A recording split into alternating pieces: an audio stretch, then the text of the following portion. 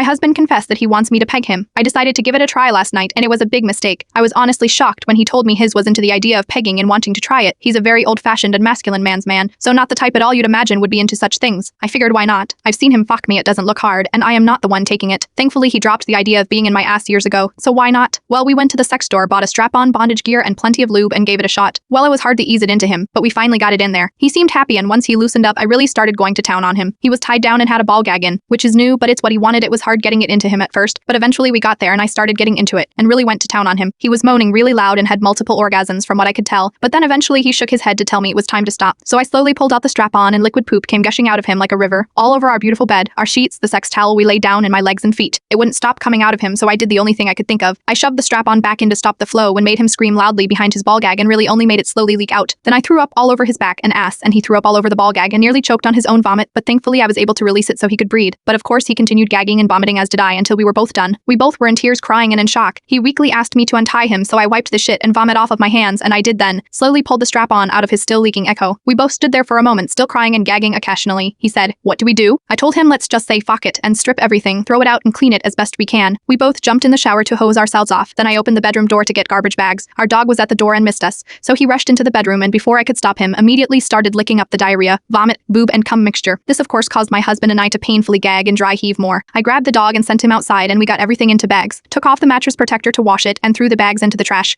cleaned the carpet where it spilled, then showered again and brushed our teeth and remade the bed and sprayed air freshener and lit candles. During the whole process, which took hours, we both broke down and cried multiple times. We went to sleep without ever saying a word to each other and barely said anything to each other this morning before work. I haven't seen him yet, but I don't know what he's feeling or if we're okay in our marriage now. I honestly am so disgusted still by the whole experience and I don't know if I can ever bring myself to do that again.